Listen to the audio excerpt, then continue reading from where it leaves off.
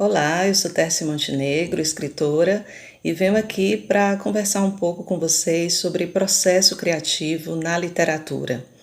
Eu costumo dizer que para quem quer seguir o caminho da escrita literária, existem dois elementos essenciais: o impulso e o rigor.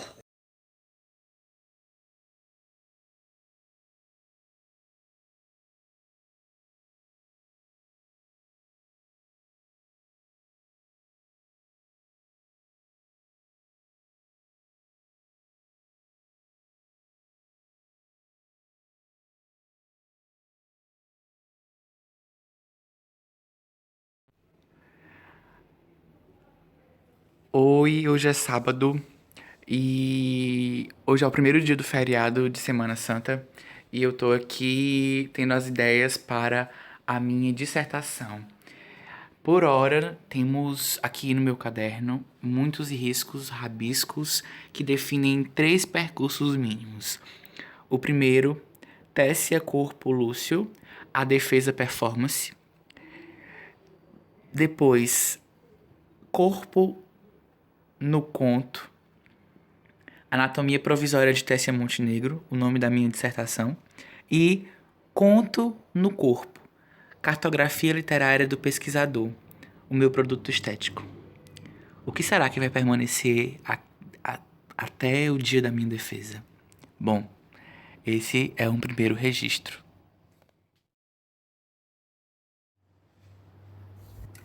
Quero apenas que me desejem. Quero me sentir viva pelos olhares,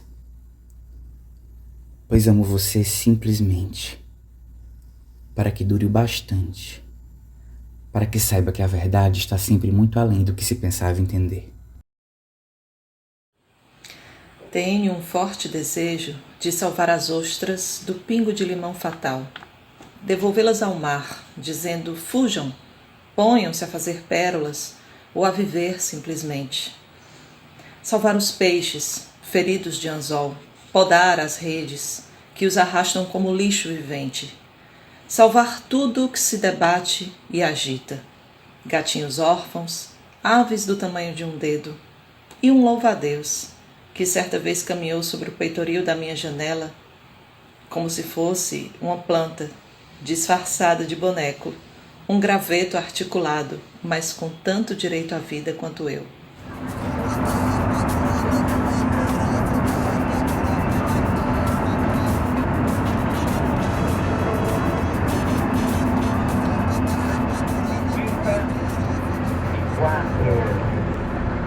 Valendo aí um liquidificador, 54, foi a última chamada, mais uma bola chegando. O feto flutua nos limites da membrana. Move-se pela tontura das águas, submerso no líquido amniótico. Foi quando vi o peixe monstro dentro de um aquário. Não sei realmente. Assim, por enquanto eu não tenho saudade do conto, né? Porque na escrita do romance você acaba ficando refém mesmo daquela disciplina, daquela história. Eu pelo menos não consigo ficar pensando em outras histórias paralelas. Eu escrevo outras coisas, mas que não são ficção, que são ensaios, pesquisa, enquanto estou escrevendo romance, né? Mas outra ficção eu não consigo. Agora, quem sabe depois, né, de terminar o romance, aí eu fico assim, ao Deus dará, e venham alguns contos, não sei. Mas eu acho que não perdeu para sempre, não. Mas, por enquanto, eu não tenho saudade do conto. Né? E aí eu tinha esse fantasma de que se o meu irmão tivesse vivido, talvez eu não tivesse nascido. Talvez minha mãe tivesse se contentado com uma menina e um menino. Né? E aí, assim, na verdade, esse fantasma, assim, só foi tirado da minha cabeça quando meu pai, né, disse: ah, pra você se esquece que é a Divina Trindade, é Deus Pai e o Espírito Genial. Santo. Então, na verdade, 3 é um número sagrado. Depois eu fazer esse papel, não fazer performance. Você vai escrever também.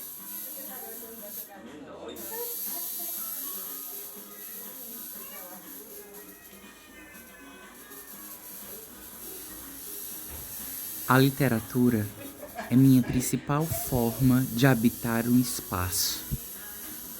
Passear, pelas paisagens.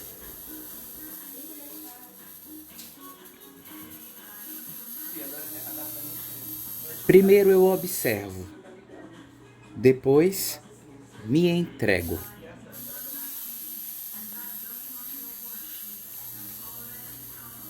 Os improvisos criam as histórias, fazem surgir os personagens, a memória que no futuro me garante.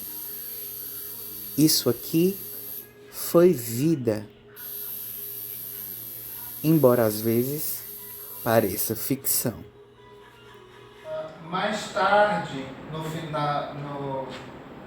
no século, já na modernidade, a religião, o pensamento da religião dá lugar ao pensamento do trabalho, e aí entra Marx, sobretudo nos estudos da juventude, quando ele vai dizer que o corpo nada mais é do que eu vou usar uma palavra que ele usa, mas o corpo é máquina para gerar lucro. Sim, o que diz também no texto, professor. É desse jeito. Para gerar lucro, e portanto a primeira coisa que o capitalismo faz, na verdade, é interditar o desejo. Aqui a religião interditou o desejo quando diz que o corpo é tabernáculo.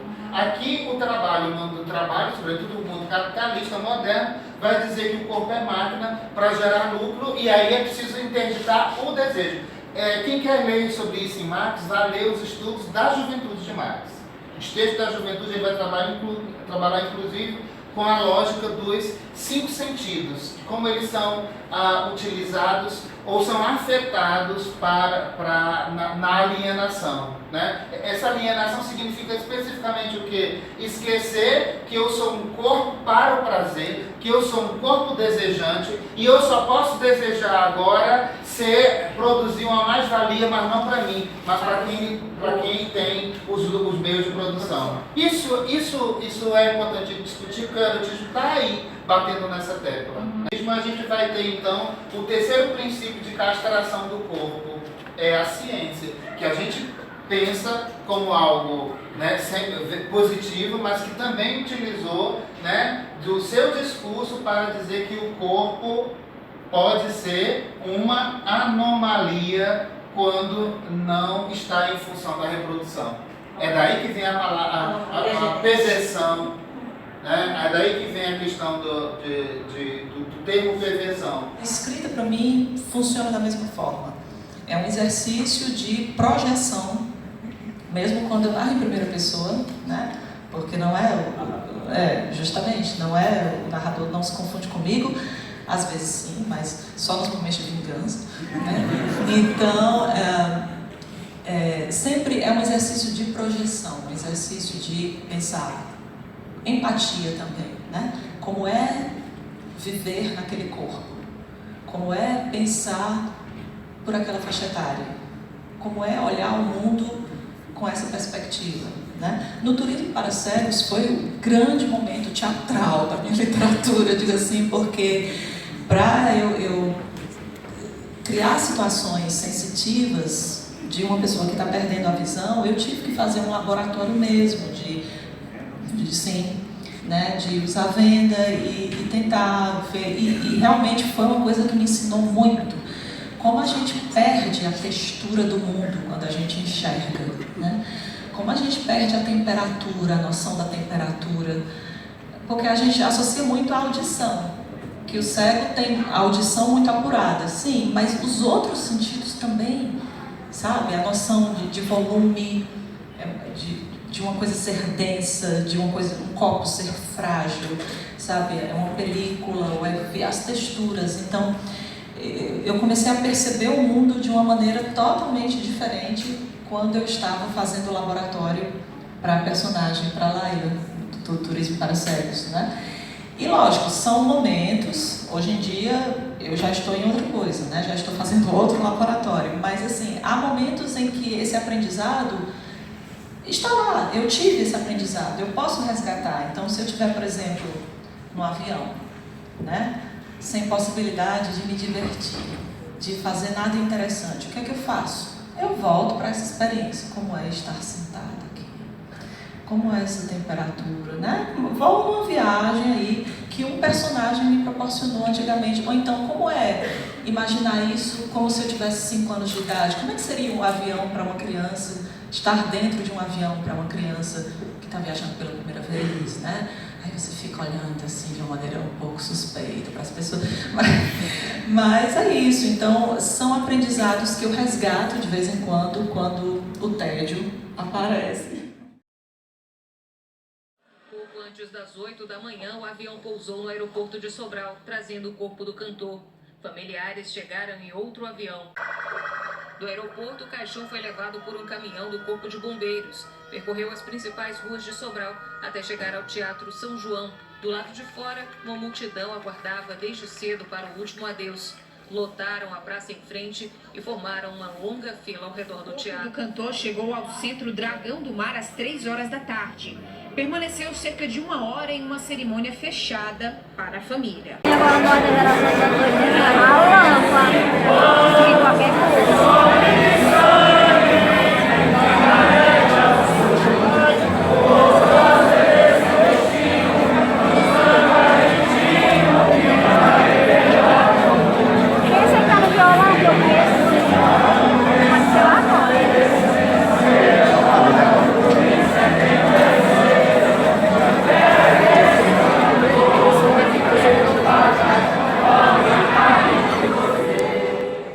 e 31 da manhã, estou pensando nesta pesquisa.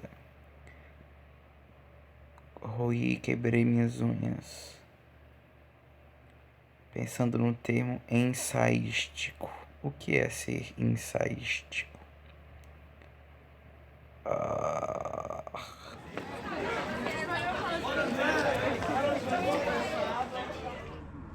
Oi, amigo, como é que tá? Tô muito feliz aí por essas lives, viu? Como é que foi a da Fernandinha? Imagino que deve ter sido ótima. E hoje a da Karine Alexandrino, né? Amigo, eu não estou participando, assim, de propósito, certo? Porque uma coisa, assim, que me causa o estranhamento, né? Assim, até porque a gente sabe que a maioria das pesquisas é feita com o autor ou autora já mortos, né? Então, isso cria uma sensação, assim, para o pesquisador de conforto, né? Porque, enfim, não existe ali uma pessoa que possa contradizer, né? E a gente que vem da letra sabe que não importa o que o autor disse, não importa o que ele quis dizer, né? Importa o que ele disse. Então, muitas vezes existe ali uma intenção obscura, mas o texto não correspondeu, né? E aí o pesquisador observa o que o texto diz e não o que o autor quis dizer, né? E aí alguns autores eu imagino que não entendam isso, né? Mas eu entendo perfeitamente e tanto entendo que eu exercito um pouco esse lugar póstumo, certo? Assim, de ficar na coxia, né? Ficar de fato em segundo plano, né? Porque a pesquisa é tua, enfim, o texto aí de análise é teu, né? Então eu não estou entrando, né, nas lives de propósito, sabe? Para deixar bem à vontade, mas eu fico muito feliz quando acontecem esses eventos, né? E estou sempre mandando ótimas energias, viu? Para você e para as participantes maravilhosas. Um beijo e a gente vai se falando. Então, o que é um impulso, né? O impulso é aquela necessidade de escrever mesmo, é o desejo de se colocar à escrita, e não porque alguém disse que era legal, ou porque você acha que é bonito, acha que tem glamour publicar um livro, não, mas porque você pensa assim, que se você não escreve, você pode adoecer, você pode morrer, é uma necessidade vital para você.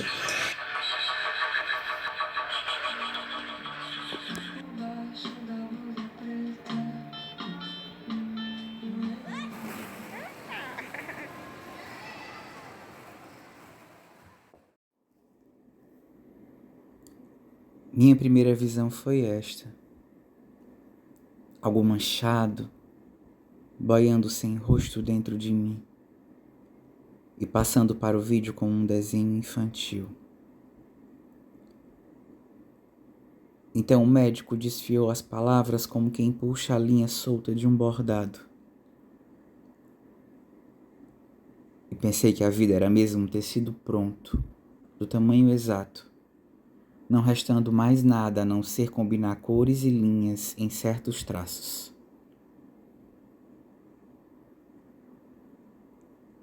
Ainda podia decidir outro destino, era o que me diziam. Mas eu achava que seria tudo igual no fundo.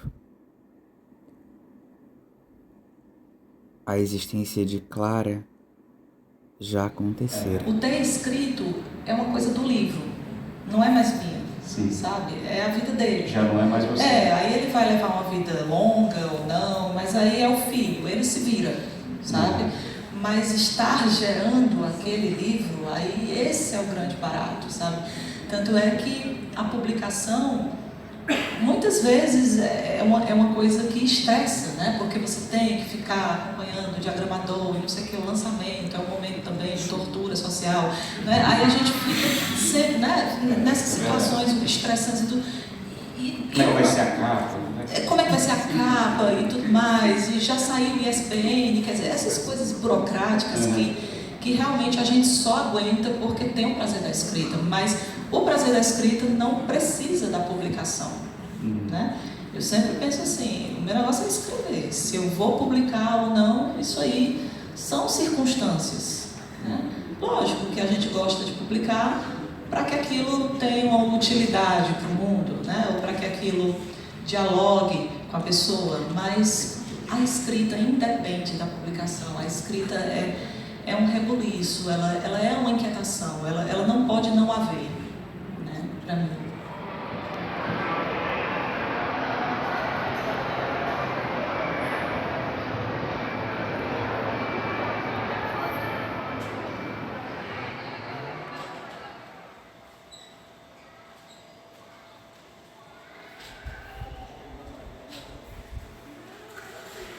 Ao pé de cada porta de hospital, forma-se uma torcida silenciosa, com núcleos de tamanho variado, conforme a gravidade da doença. Na UTI, os grupos costumam ser respeitáveis, com pelo menos 10 pessoas se revezando nos corredores, encaminhadas lentas à procura de café ou sentadas aos cochilos naqueles bancos desconfortáveis. Durante a maior parte do tempo, as lágrimas estão secas, e os parentes deixam de enxugá-la para que o rosto adquira essas trilhas que marcam as bochechas, como finíssimas películas. Asas de borboleta.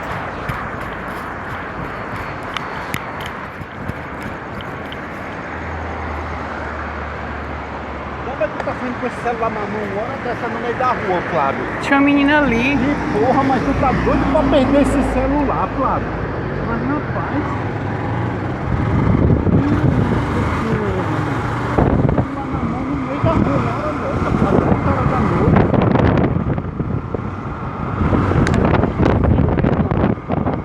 Pai, tinha gente ali, por isso que eu peguei. Eu sei o que eu tô fazendo. Se você perder ele, você vai reclamar, né?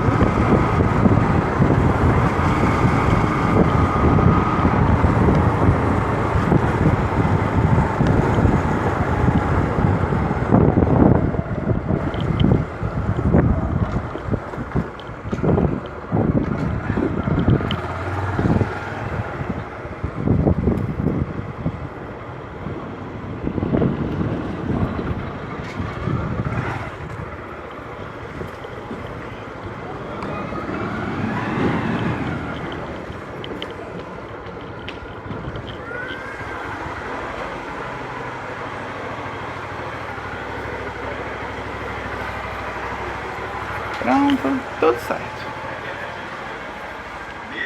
Olá. Os legais da campanha de Hillary Clinton e do governo Obama, nunca um procurador especial foi nomeado. Ele se referia ligou para mim, vai dizer que antes, que foi chamado ontem, caráter extraordinário pelo Departamento de Justiça. Documentário, enfim. Detectar o avesso, não o direito das coisas. Meu avô dizia, solte os cachorros. Eu tentei soltar os gatos, tentei soltar o meu gato, Raul, para viver a sua vida. O escritor escreve tentando recompor, quem sabe, um mundo perdido. E é claro, ler muito, ler sempre, ler clássicos, ler contemporâneos, mas ler coisa de qualidade. Com o tempo você mesma vai saber o que é um texto de qualidade, vai criar os critérios, vai saber fazer uma análise de estilo. As pessoas têm sensibilidades diferentes e em graus diferentes, né? Para mim, a imagem me toca muito diretamente, talvez a questão acústica seja menos, né? Tanto é que quando eu passo a pensar nas artes que eu mais aprecio, talvez a escala menor seja a música. Eu escuto pouca música em relação ao que eu vejo de artes plásticas, ao que eu curto de dança, ao que eu curto de teatro, de literatura, né? E eu dizer isso com certeza faz com que muitos de vocês fiquem arrepiados, porque eu tenho certeza de que a música é a arte mais importante de alguns de vocês, né? Mas eu não acredito que haja uma sensibilidade melhor ou pior, ou certa ou errada. Eu acho que os rumos da vida vão desenvolvendo mais um campo e o outro, naturalmente, como a gente não pode usar toda a nossa capacidade cerebral, o outro aspecto acaba ficando em segundo plano.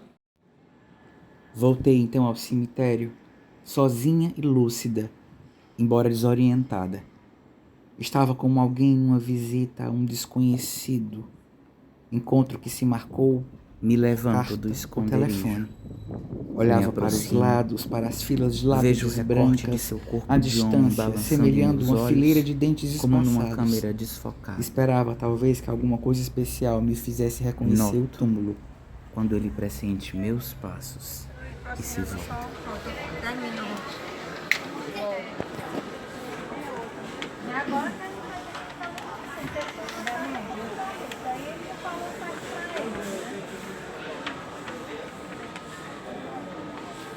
Agora fica fácil como você, olha aí. Tudo marketing, Dia das Mães, o pessoal compraram e tudo, levaram tudo. Olha.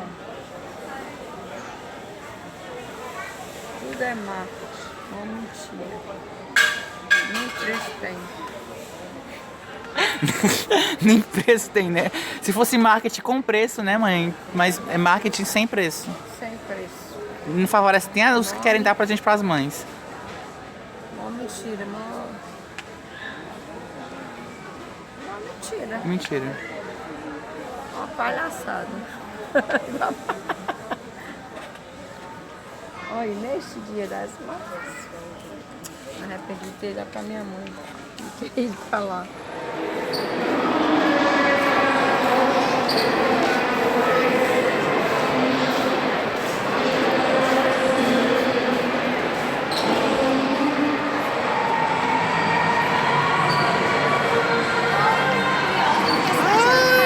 Ai, eu tô gravando sobre o Dia das Mães. É tipo um documentário. Pra mim, eu faço mestrado em literatura. Eu estou nesse tema de maternidade, essas coisas. Desculpa, qualquer coisa. Somos todos sobreviventes de alguma coisa. Eu disse a Igor e a Alice logo que voltei da viagem.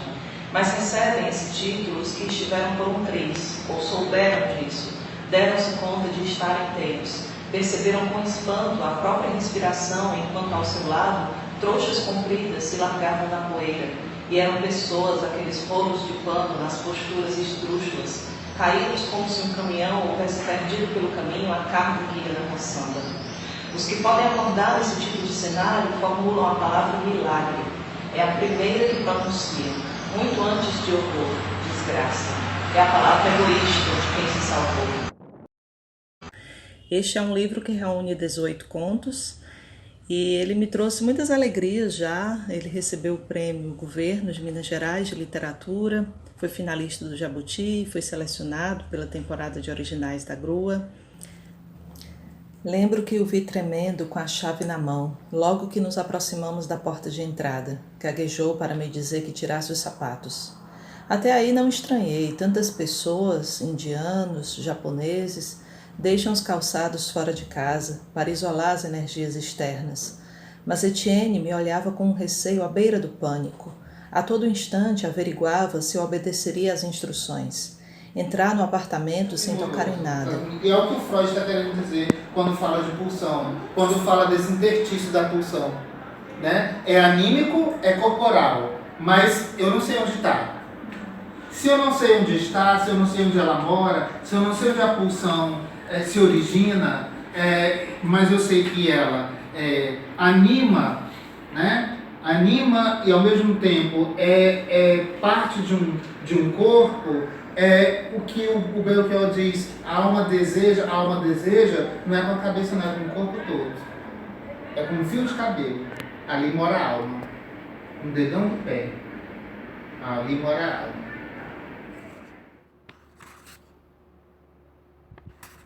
Então, a princípio, eu acho que sim. A resposta mais imediata é essa, de que a literatura é uma forma de incomodar, no sentido de que a gente vai e coloca questões que podem ser agressivas, que podem ser perturbadoras, mas a ideia é justamente essa, não só em relação ao tema, mas em relação à maneira como se produz esse texto. Aí entra um outro aspecto, porque quando a Paulina coloca a questão do combate, eu acho que em primeiro lugar fica a ênfase para uma questão de conteúdo, né? Para falar da questão da mulher, para falar da questão de ser negro, para falar da pobreza do país. Então o assunto incomoda e é preciso tocar nessas feridas. Mas para além da questão do incômodo com o tema, existe também um incômodo com a forma, né? E aí esse incômodo não necessariamente é um incômodo negativo, de causar repulsa, embora exista também o estético do grotesco, né? O estético do repelente, é uma maneira também de se fazer arte através desse despertar de um sentimento abominável. Mas, antes de tudo, eu acho que a literatura e toda a arte, ela tem que, por ser estética, ela combate a anestesia. É exatamente essa a ideia. O espectador ele não pode ficar anestesiado, ele tem que fruir a estética, né? Então ele tem que sentir algum tipo de impacto, ele tem que receber essa ação e reagir a ela. Se ele ficar inerte, se o texto passar por ele em brancas nuvens, é sinal de que a qualidade não foi interessante. Então, eu acho que tem que ter um incômodo também na forma, tem que ter um estranhamento, né, alguma coisa anormal, alguma coisa que faça o leitor pensar sobre aquela construção do texto também. Deixa eu perguntar uma coisa para vocês. O rigor é todo tipo de estudo, de dedicação. É necessário estudar bastante o instrumento com o qual se escreve, no caso aqui a língua portuguesa. Às vezes é até interessante estudar um outro idioma também, para, por comparação, ter mais consciência da língua portuguesa, abrir os horizontes. E o corpo já chegou na performance, no cinema, né? No teatro sempre teve, mas agora não é. E agora na literatura como tema também, né? Tu acha que esse é um tema que te perpassa, assim? Acho que sim, eu acho que é realmente uma grande fonte de interesse, assim. Até o corpo como espanto, né? Como é que a pessoa pode se espantar com o próprio corpo ou não reconhecer o próprio corpo, seja numa situação de deficiência, né? Como a Laila, quer dizer, eu não aceito esse corpo que eu tenho, se eu pudesse eu renegaria, né? Essa parte material minha, eu trocaria por outra. Até um processo de envelhecimento, enfim. Quer dizer, momentos em que você não se sente confortável dentro do seu próprio corpo, né? E como isso é razão de espanto e razão também de aprisionamento, porque eu acho que talvez um grande tema que eu volta e meia trabalho é o tema do aprisionamento, na verdade do aprisionamento. Né? De como você pode se sentir tolhido, perseguido, vigiado ou até mesmo sufocado por um relacionamento, por uma situação, por uma mãe, né? Ou pelo corpo. Ou pelo corpo, exatamente. Esse é o finalzinho desse tem um trecho maravilhoso aqui, que aí ela fala: eu tentarei perder o corpo para ficar livre, né? Ela está perto das águas, né? Então sempre é isso, né? O céu, das duas cores mais preferidas, o vermelho de vida, né? E o azul também, dessa cidadezinha praiana que sempre aparece. Então, aprisionamento. Corpo, um chamarisco. Ela saía despida, banhava-se no chuvisco. Tinha um riso de criança, mas quando estava zangada, sacava a roupa fora e corria pela estrada. Quem nunca teve desejo de sair correndo nua? Então é exatamente isso que ela coloca aqui. Antes de eu publicar o Turismo para Cegos é o terceiro romance que eu escrevi, mas é o primeiro que eu publiquei. Porque antes eu tinha escrito outros dois, mas como exercício, já que eu vinha de uma trajetória na narrativa curta e muito acostumada com a estrutura da narrativa curta, né? O Turismo para Cegos, inclusive, ainda tem muito essa cara de capítulo curto, né? Funciona muito ainda numa estrutura de uma autora contista querendo se transformar em, né, romancista. Então, eu fiz outros dois exercícios que, lógico, são exercícios, eu não pretendo publicar, mas quando a gente vai fazer um aquecimento num gênero mais longo, sempre é mais trabalhoso. Quando eu fui publicar o meu primeiro livro de contos, eu vinha escrevendo contos há 4 anos e jogando fora, escrevendo e jogando fora, né? Mas para você escrever um conto e jogar fora, você não perde muito tempo, entre aspas, né? Você não perde muitas horas de vida, nem joga fora muitas páginas.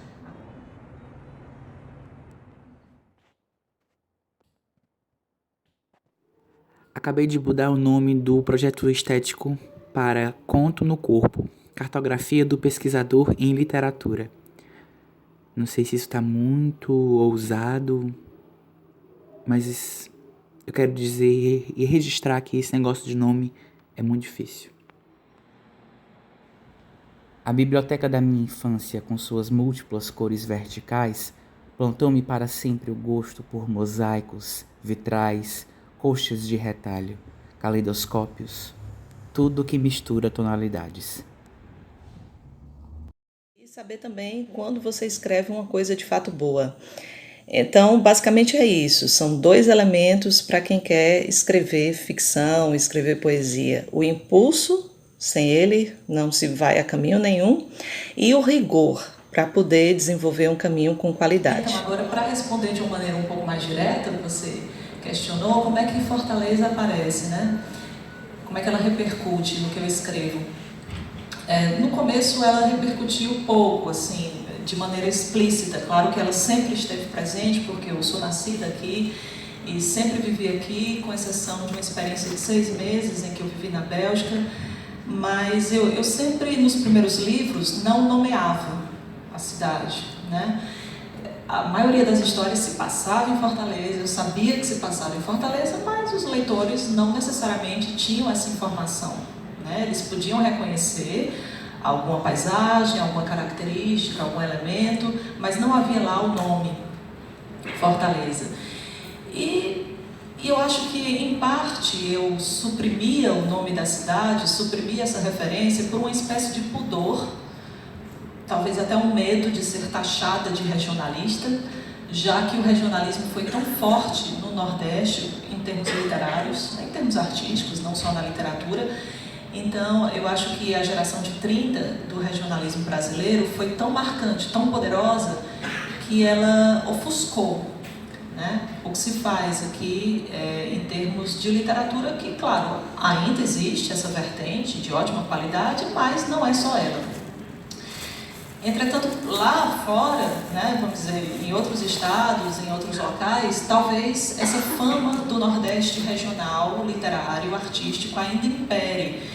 E aí eu admito que talvez por um receio de ser etiquetada como regionalista, eu evitei usar o nome da cidade, né? Queria que me lessem como uma autora mais urbana, até porque Fortaleza é uma metrópole, Fortaleza é uma grande cidade, eu nasci aqui, as minhas experiências no interior são experiências de visitas, né, pontuais, então não são experiências longas, profundas, e eu não queria ser associada ao sertão visto que a minha experiência não é essa. A minha experiência é predominantemente urbana. Daí, né, por conta dessa ideia de que ainda existe um certo olhar exótico sobre o Ceará, eu evitei citar o nome da capital durante muito tempo. Agora, é claro que a arte é essencialmente um fato estético, então a linguagem deve ser interessante, deve ter um sabor original. E se tiver humor, então, se for divertida, aí é a cereja do bolo. Portanto, reúna beleza, pensamento crítico e humor, eis uma arte gourmet.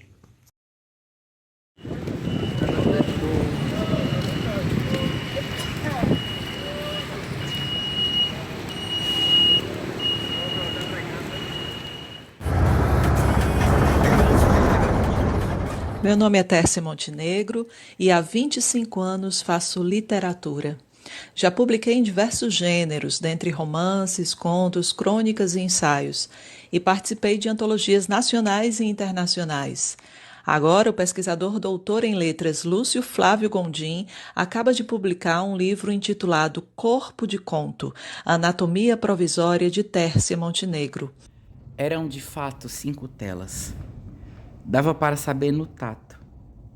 Se treinasse um pouco, podia até adivinhar as cores nas pontas dos dedos, embora ali tudo estivesse escuro e sombrio. Ele sabia que o pai pintava com bastante vermelho, e as saliências de tinta, os relevos das camadas ásperas, pareciam indicar certa violência cromática. O menino tentou puxar uma extremidade. Achava que fosse suficiente, mas o que viu não satisfazia. Pôs a tela no chão, desenrolou-a como um papiro, enquanto aprendia nos cantos com pacotes que estavam perto. Assim, estendida, crucificada pelos 4 vértices, quis que fizesse algum sentido, formasse algum desenho ou paisagem. Gostaria de agradecer a honra que me concedem com esta homenagem através da campanha Leitura para a Vida, com a Vida. Eu acredito que um orgulho saudável que todos nós podemos cultivar é em relação aos livros que lemos. Eles passam a fazer parte da nossa alma, do nosso caráter. Os livros de Machado de Assis, por exemplo, integram a minha história pessoal, tanto quanto as pessoas que eu conheci ou as viagens que eu fiz. Eles me enriquecem e a vida não seria tão boa sem eles. Os livros que eu escrevo são apenas uma tentativa de agradecer, de dar o meu retorno artístico também. Em 2015, o meu romance Turismo para Cegos recebeu o Prêmio Machado de Assis da Biblioteca Nacional no Rio de Janeiro. Agora, em 2020, pela minha literatura, eu recebo este selo Machado de Assis, numa iniciativa que me emociona ainda mais, porque acontece na minha cidade, em Fortaleza. Eu recebo e agradeço.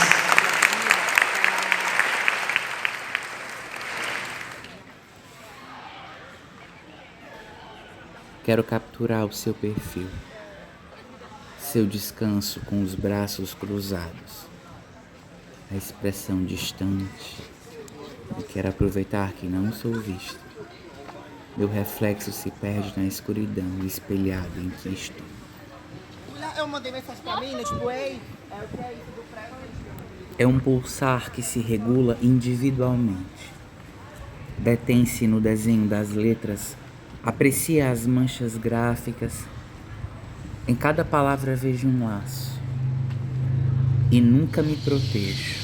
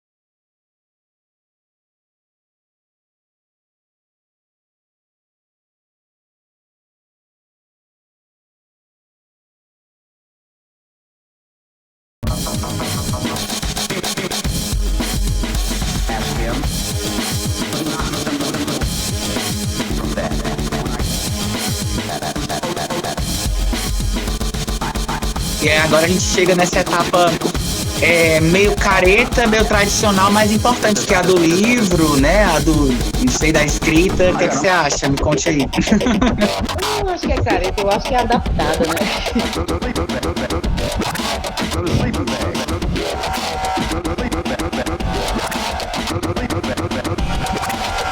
Olá, pessoal.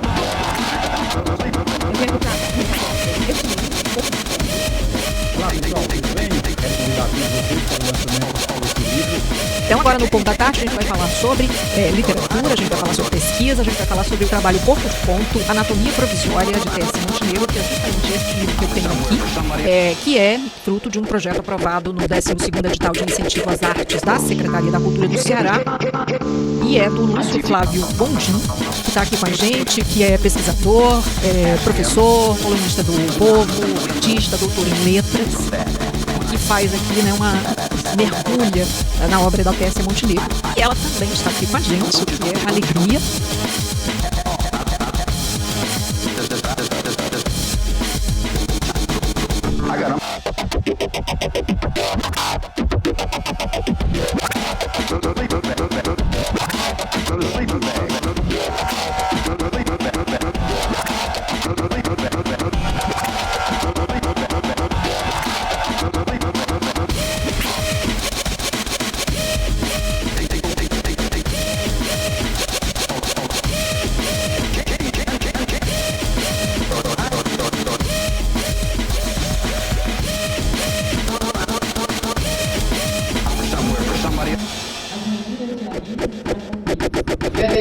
Dedicar todas as pessoas que trabalham com escola de arte.